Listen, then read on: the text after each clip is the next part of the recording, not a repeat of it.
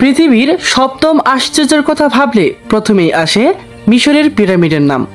প্রায় ৪,৫০০ বছর আগে নির্মাণ করা এই বিস্ময়কর স্থাপনার কাঠামো এবং নির্মাণ কৌশলীর রহস্য নিয়ে আগ্রহের কমতি নেই। ভিনগ্রহ থেকে আসা কোনো এলিয়েন স্থাপনাগুলো বানিয়েছিল কিংবা শস্য সংরক্ষণের জন্য ফারাওরা এগুলো তৈরি করেছিল, এমন নানা ধারণা প্রচলিত আছে পিরামিডকে ঘিরে।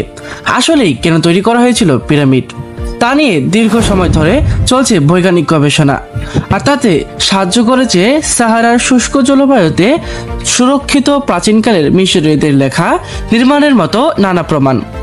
পিরামিড কি? পিরামিড মূলত সমাধি ক্ষেত্র। প্রাচীন মিশরের শাসনকর্তা ফারাওদের মৃত্যুর পর তাদের সমাহিত করা হতো এই বিশাল সমাধি ক্ষেত্রে।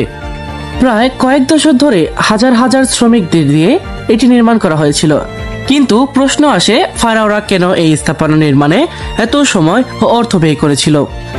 মূলত প্রাচীন মিশরীয় সমাজে পরকালের ধারণা প্রচলিত ছিল। সেই বিশ্বাসকে কেন্দ্র করেই এই বিরাট আকারের সমাধিক্ষেত্র নির্মাণ করা হয়। ন্যাশনাল জিওগ্রাফিতে প্রকাশিত এক প্রবন্ধের তথ্য মতে মিশরীয়রা বিশ্বাস করত যতদিন ফারাওদের দেহ রক্ষা করা যাবে ততদিন তারা স্বর্গে বাস করবে। তবে তার জন্য পৃথিবী থেকে পরকালে যাওয়ার সময় আত্মার নির্বিঘ্ন যাত্রা নিশ্চিত করা জরুরি ছিল। এই আত্মাকে তারা ডাকত কা বলে।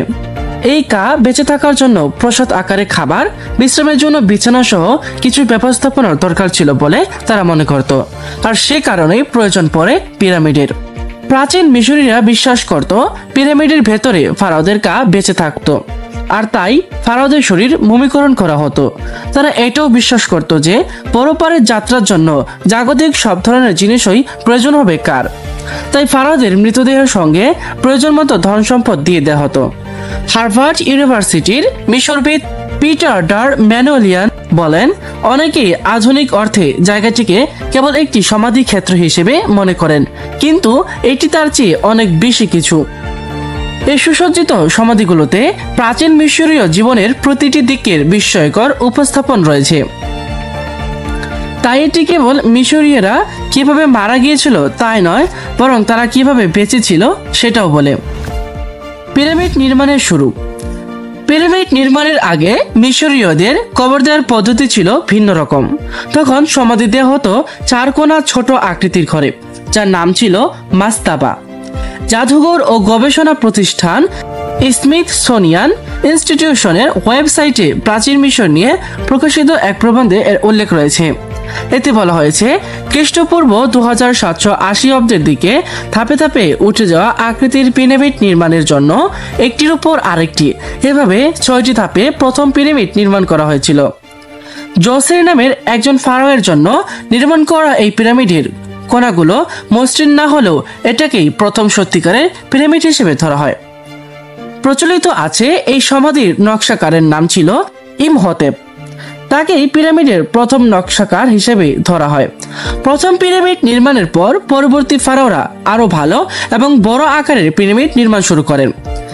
গিজার পিরামিড প্রায় 60 টন ওজনের 20 লাখ পাথর খণ্ড দিয়ে নির্মিত এই পিরামিড। পিরামিডের কথা বললে প্রথমেই যে ছবি ভেসে ওঠে তা হলো মিশরের গিজার গ্রেট পিরামিড। 4500 ফুট বা 139 মিটারের বেশি উচ্চতায় এই পিরামিড খুফুর পিরামিড নামেও পরিচিত। কায়রোর উপকণ্ঠ গিজায় অবস্থিত 3টি পিরামিডের মধ্যে এটি সবচেয়ে পুরাতন ও বড়। তবে নির্মাণের সময় খুফুর পিরামিড আরো কিছুটা উঁচু ছিল বলে ধারণা করা হয়। প্রায় 60 টন ওজনের 30 থেকে 40 ফুট দৈর্ঘ্যের বিশাল আকৃতির 20 লাখ পাথর খণ্ড দিয়ে নির্মিত এই পিরামিডটি 3000 বছরেরও বেশি সময় আগে তৈরি করা হয়েছিল। দেশটিতে 100-এরও বেশি পিরামিড অক্ষত থাকলেও এই পিরামিডটি সবচেয়ে জনপ্রিয়। বিশাল আকৃতির এই কাঠামোর মাত্র কয়েকটি কক্ষে প্রবেশ করা যায়। এর মধ্যে উল্লেখযোগ্য হলো 47 মিটার দীর্ঘ ও 8 মিটার উঁচু গ্র্যান্ড গ্যালারি। ধারণা করা হয় খ্রিস্টপূর্ব 2509 থেকে 2483 অব্দের মধ্যে ফারাও খুফুর শাসন আমলে এটি নির্মাণ করা হয়েছিল। পরে ক্রাফে এবং ম্যানকাউরে এর পাশে আরো 2টি পিরামিড নির্মাণ করেন। গবেষণার জন্য প্রসিদ্ধ যুক্তরাজ্যের পেনসিলভানিয়া টেস্ট বিশ্ববিদ্যালয়ের ওয়েবসাইটে প্রকাশিত এক প্রবন্ধে ক্লাসিক্স অ্যান্ড অ্যানশিয়ান্ট মেডিটেরিয়ান স্টাডিজের অধ্যাপক ডোনাল্ড রেডফোর্ডের বরাত দিয়ে পিরামিড নির্মাণ বিষয়ে আলোচনা করা হয়েছে। সেখানে বলা হয়েছে 20 থেকে 30 হাজার কারিগর দিয়ে 23 বছরেরও কম সময়ে গিজার পিরামিড নির্মাণ করা হয়েছে। অথচ প্যারিসের নটর ডেম ক্যাথেড্রাল তৈরিতে সময় লেগেছিল 2000 বছরেরও বেশি। অধ্যাপক রেডফোর্ডের মতে পিরামিড নির্মাণকারীদের মধ্যে অনেকেই ছিলেন কৃষক। পিরামিডে কাজ করা কৃষকদের ট্যাক্স বিরতি দেওয়া হতো এবং তাদের শহরে নেওয়ার পর আশ্রয়, খাদ্য ও পোশাক দেওয়া হতো। বিভিন্ন জায়গা থেকে মানুষদের ধরে এনে নির্দয় ফারাওরা দাস বানিয়ে তাদের দিয়ে পিরামিড নির্মাণ করাতো।